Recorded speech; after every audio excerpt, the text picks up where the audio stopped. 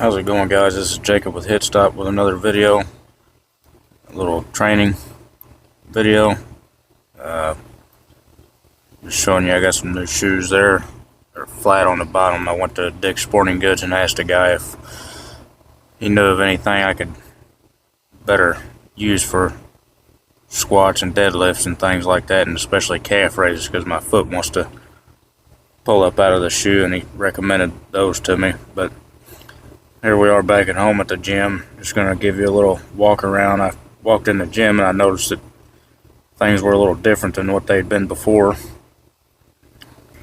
We've got all kinds of new equipment, and this all coming just as I was saying on the boat right before I come home, that I was going to do the same workouts at home as I do on the boat, so that way I can stay consistent with the weight and don't have to guess on the weight if I switch it up between exercises at home and on the boat. And then I come home and I see this, which was very tempting to try to do other exercises that I normally wouldn't have been able to do without this equipment. But now having it, it was very tempting to not use it, but I didn't. I went ahead and stuck with what I said I was going to, so I did the same exercises at home here that I do on the boat. But just a little walk around there. Got quite a bit of new equipment. I had to look around a little bit for things that I was used to having in a certain spot not being there anymore. It was kind of cool to get to walk around and put my eyes on a lot of things there. And so, since I was the only one in the gym, I went ahead and I set up my entire workout prior to starting the video. I had all the equipment lined out. So I've got the bar loaded back there with 305 for deadlift, and then I showed just a brief shot of the flat bench there with the dumbbells in front of it. I was going to do dumbbell flies and the dumbbell pullover with the flat bench there and the dumbbells. There we go. I just switched my camera around a little bit. But so this is what we're going to be looking at for today, is chest and back. And so pectoral flies, incline bench press, superset fashion. Take a brief rest, move on to dumbbell pullover, and barbell row, superset fashion. Then the last lift will be deadlift. So here we go. I'm just going to show you a little more in depth of what we're looking at here. Got the 265s for the pec flies. Got the incline set up. Got the barbell row set up. Got the straps and the weights there for when we get ready for it. And then in the very back, got the bar set up for deadlift already. Couple things to note for this video before we get started. I'm doing a voiceover because there was music playing in the background and I didn't want to risk copyright. And secondly, you'll see whenever we get to do the working set for the incline bench press that I put 175 pounds on, and I was shooting for 1 to 3 reps, and I failed before I completed a single rep. The last time we did chest and back, I completed 165 pounds for 2 reps.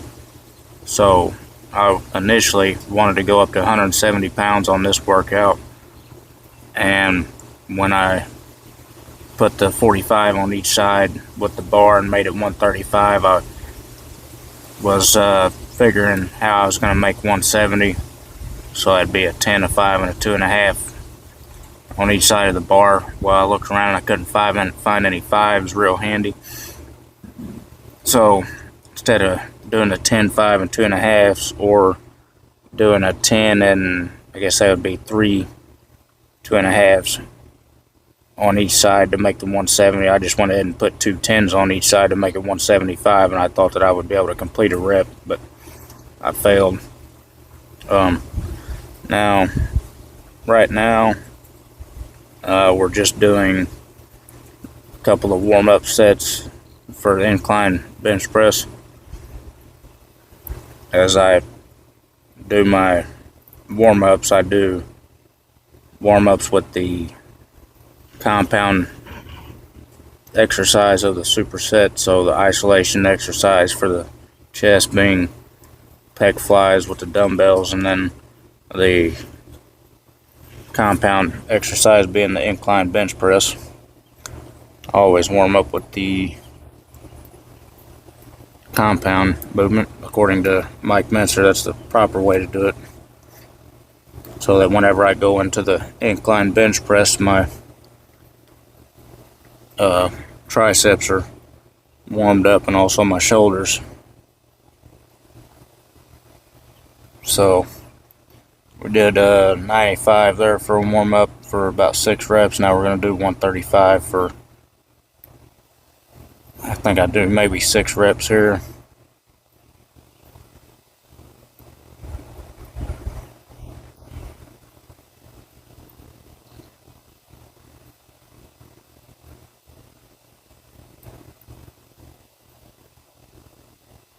So with what I was saying earlier about the failing before completing a single rep of the 175, I think what I'm going to do the next time I do chest and back is I'm just going to lower it back down to 165 and not even try to go to the 170. So we'll get as many reps as we can with the 165, shoot for 1 to 3 reps to failure, and then upon that completion of that, on the next chest and back workout, we'll move up 5 pounds. So a reason I had the confidence to move up to 175 from 165 was, let's see, 2 chest exercises ago we did 155 pounds for 3 reps, or yeah, 3 reps I think. And then when I was on the boat, I don't have 2.5s or 5s, so I can't add weight in small increments. It's either by 10 or 15 or 25, 35, 45, or 55 on each side. So I don't have the option of adding 2.5s or 5s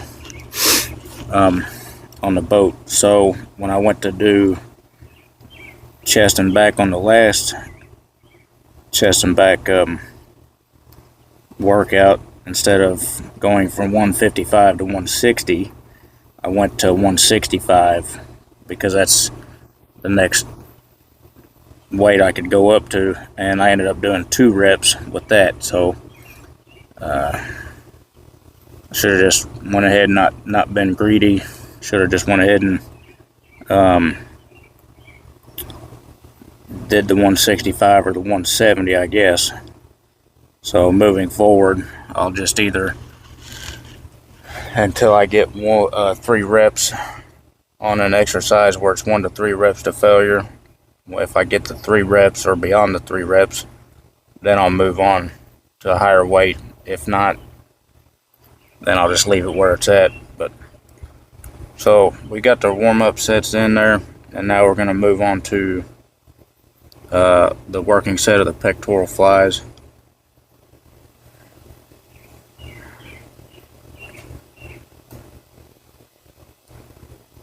So we're going to shoot for 6 to 10 reps to failure here, and tried to fix my technique on this one. I watched a video yesterday or the day before on technique and noticed that I'd been not really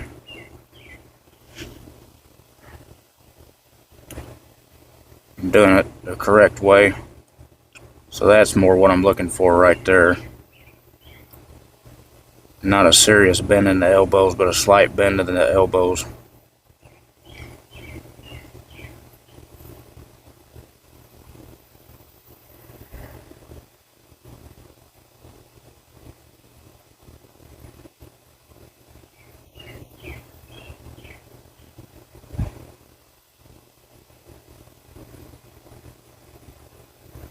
believe we get 6 reps here, maybe.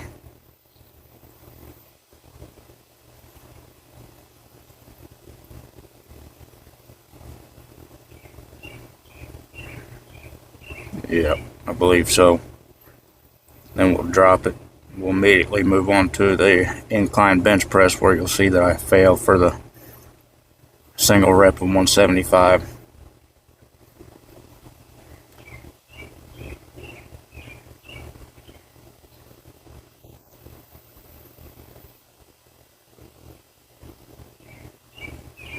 Almost had it. Got maybe halfway up, but got a little discouraged at first upon failing. But I thought about it, and this isn't the first time it's happened, so we just gotta make adjustments for the next time. And the way I look at it is this won't be my last time lifting, God willing. So just have to make adjustments next time and learn is all you can do. Still fairly new to all this, so as long as I'm making mistakes, I'm learning.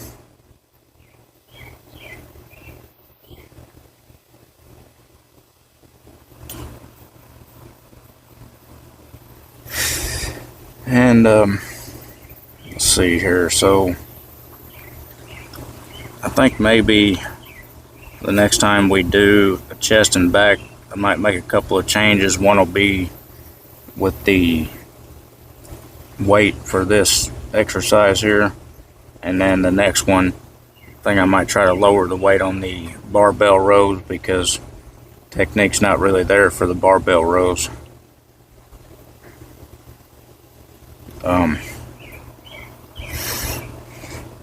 I don't know. I don't think that I've really made any improvement as far as reps go between last workout and this workout for the barbell rows, so maybe look at lowering the weight a little bit. And something that I really need to take into account, which I seldom do until after a workout and I think about it, is that when you do a superset, when you do the pre-exhaust, you're not going to be able to do the same amount of weight for the compound exercise that you might be able to if you were to go into it fresh without the main muscle group you're targeting being pre-exhausted, which is something that I really need to take into account when I do these workouts. But on a positive note, we did, let's see, I believe we did 295 for 6 reps on deadlift last chest and back workout. This workout we increased the weight 10 pounds to 305 pounds. We did 6 reps there. I believe that next workout I'm going to add another 10 pounds and we'll just do 315. And if we get 6 reps out of that, maybe we'll stick it with 315 until we can get 10 reps, and then maybe move up some more weight. Can't really swear to it. I'm going to do that yet, but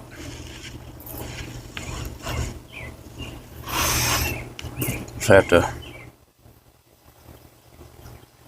play it by ear. But so here we're just going to do a couple of warm-up sets of barbell rows.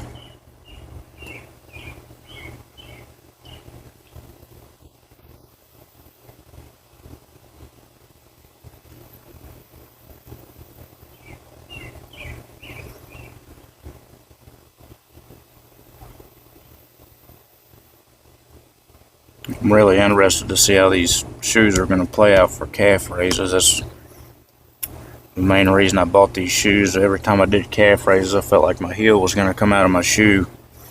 And immediately when I said that to the guy at Dick's Sporting Goods, he's recommended me these blazers. Said that that's what he uses for lifting. And so I gotta say, with the deadlift, it felt really good. I have squats after this workout, rest 4 days, and on the 5th day we'll do legs and abs. So we'll do squats with them to see how that pans out. So you see here when I'm doing these barbell rows, I'm doing controlled movement throughout. And then you'll notice whenever we get done doing our dumbbell pullovers and we move on to the barbell rows with the working weight, that I kind of lose that. The slow and controlled, it moves more into slow and controlled for the first maybe 2 or 3 reps, and then after that it's just kind of a free-for-all, just to try to get the weight up to my chest rather than controlling it. And it does say in the book, High Intensity Training the Mike Mentzer Way, Mike says that when you do these barbell rows, once you get the bar up to your chest, because of the physics with the movement that are involved with the exercise, it's going to be near impossible to hold it there. So just get it up to your chest and then lower it under control.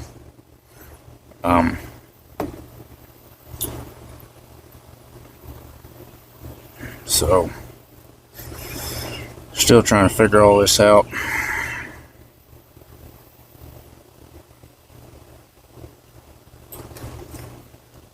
So now I'm putting a couple plates up, and then we'll switch the camera around to the other angle, and we'll do the dumbbell pullovers here just directly after I get my wrist straps set up for the barbell rows, so I'm not wasting time when I get to that.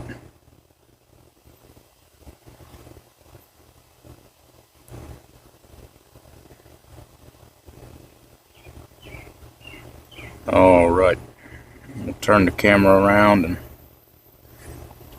get started on the dumbbell pullovers.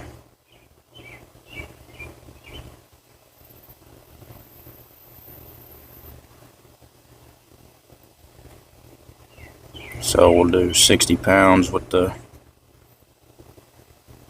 dumbbell pullover.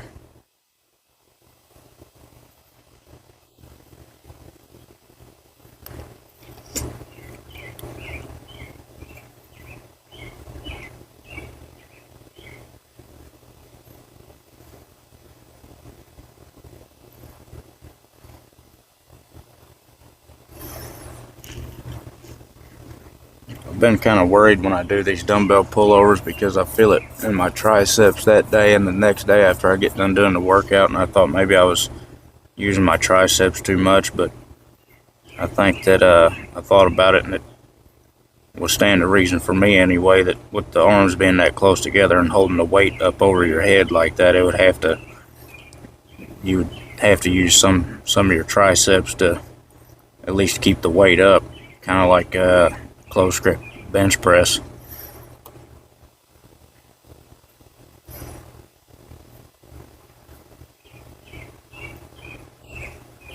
So we'll get us, I can't remember if I do 6 or 8 reps here. It's 6, 7, 8 reps, somewhere in that range.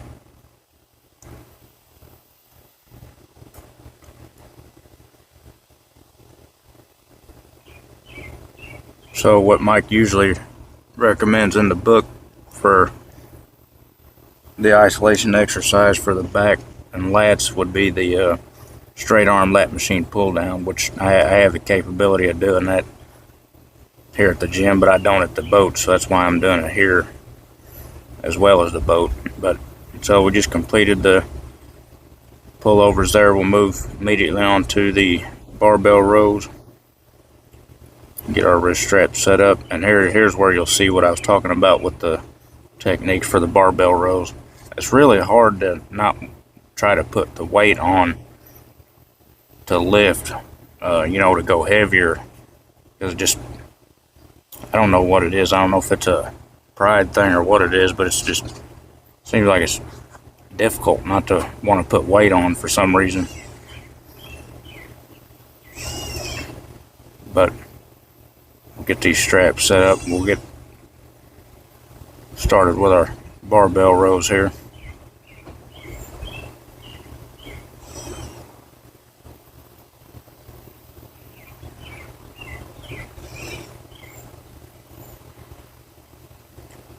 So I would consider that a good rep.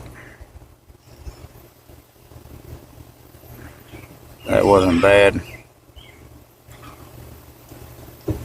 Not bad. I think right around here is where it gets a little, well, that wasn't bad either.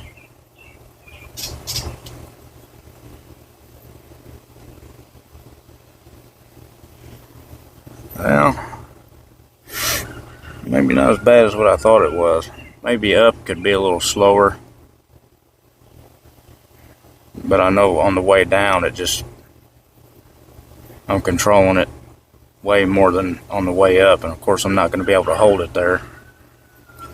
But yeah, once I got to that 7th rep, it really just fell apart there. Maybe lower the weight by 5 pounds.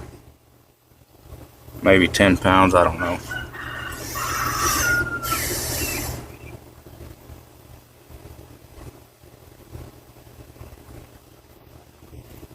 However, that's 4th exercise of the workout. Next, we'll move on to the deadlifts. 305 for 6 to 10 reps to failure.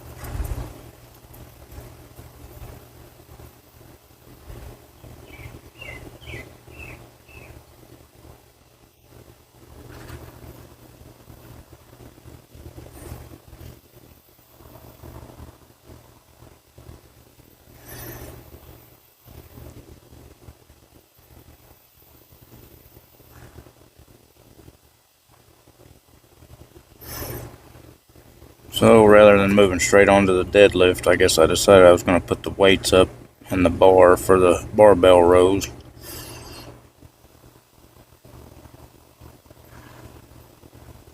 Not quite sure why I decided to do that. It's just something, it's kind of hit and miss. Sometimes I do it, sometimes I don't. No real particular reason. But it becomes apparent to me whenever I edit these videos that I either do it or don't do it. No real thought process there on why I do or don't, I guess.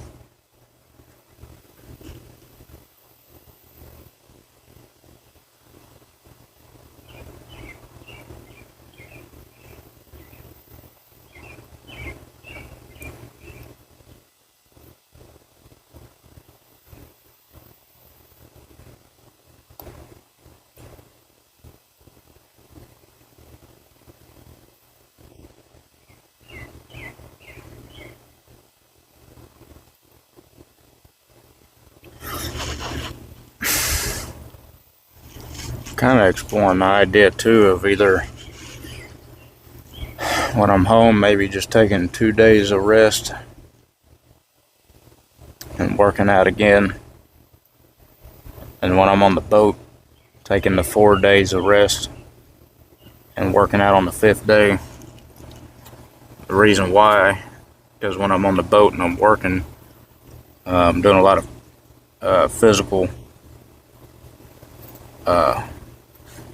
manual labor. So my body is a little more fatigued from sleep deprivation and the work, versus when I'm home, I don't do much. Kind of just sit around the house, so I don't see really why. I know that the stresses put on the body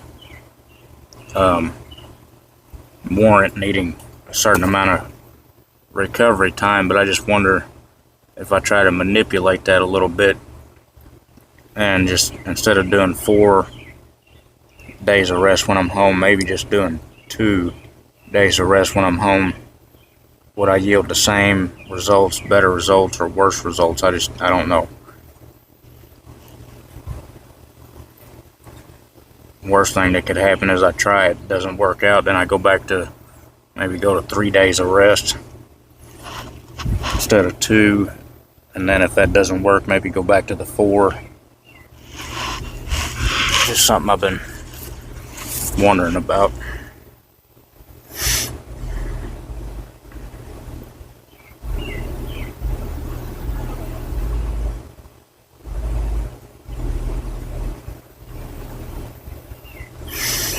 However, we're going to move on to these deadlifts. This will be the last set of the workout.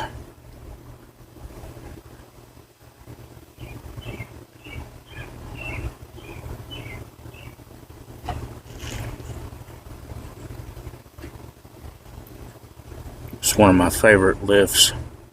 I think seems like when I do it, it just, I don't know how to explain it. It just feels good. It seems like it's really a measurement of power, which obviously I don't have the greatest amount of power or strength, but just feels good to put it to the test. On this lift, feels like it takes just everything you got to move the weight. Everything comes into play, it seems like, at least on the back side of the body.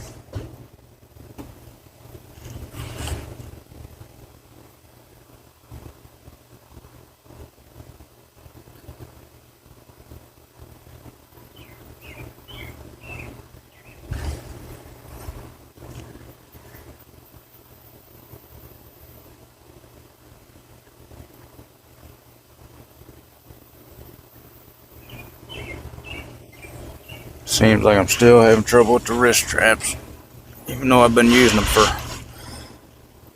quite a while. Still have issues with them once in a while.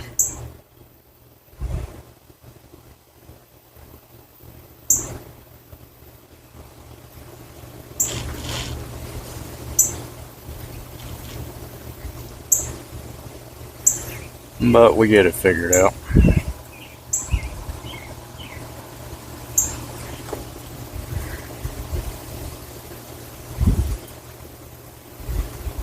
Alright, so I believe we're locked in there. We'll go ahead and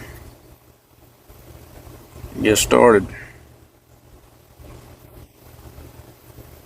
Going for 6 to 10 reps to failure. Controlled on the way up. Hold for a couple seconds. Controlled on the way down.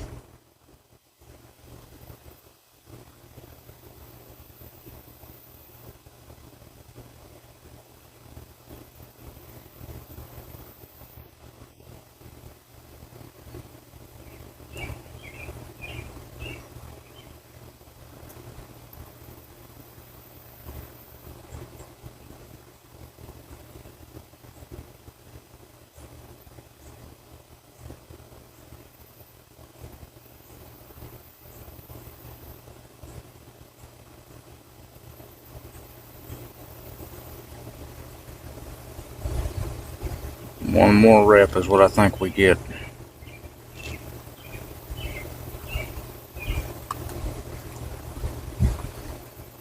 Yep. That rep went up fairly easy, and I controlled it on the way down fairly well, but I don't know if that's a mind thing because of the numbers going for the 6 to 10 reps to failure or what it is, but the last couple of workouts, when I go to do that 7th rep for the deadlift, seems like my mind just completely shuts off. Because I know I'm positive my body could still handle another rep or 2, but my mind just shuts off. But so that'll complete the workout. We're just going to do kind of an impromptu physique check here. I get this belt off. I don't know how many months we're into this yet, but obviously we're not in a cutting phase. We're just not even really paying attention to my diet too much, but we're just strictly in a muscle building phase right now.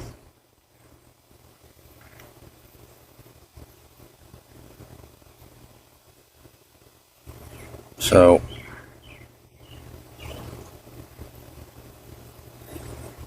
I think we're got to be careful not to eat too much and put on too much fat versus muscle, but I think we're kind of making strides in the right way of building muscle.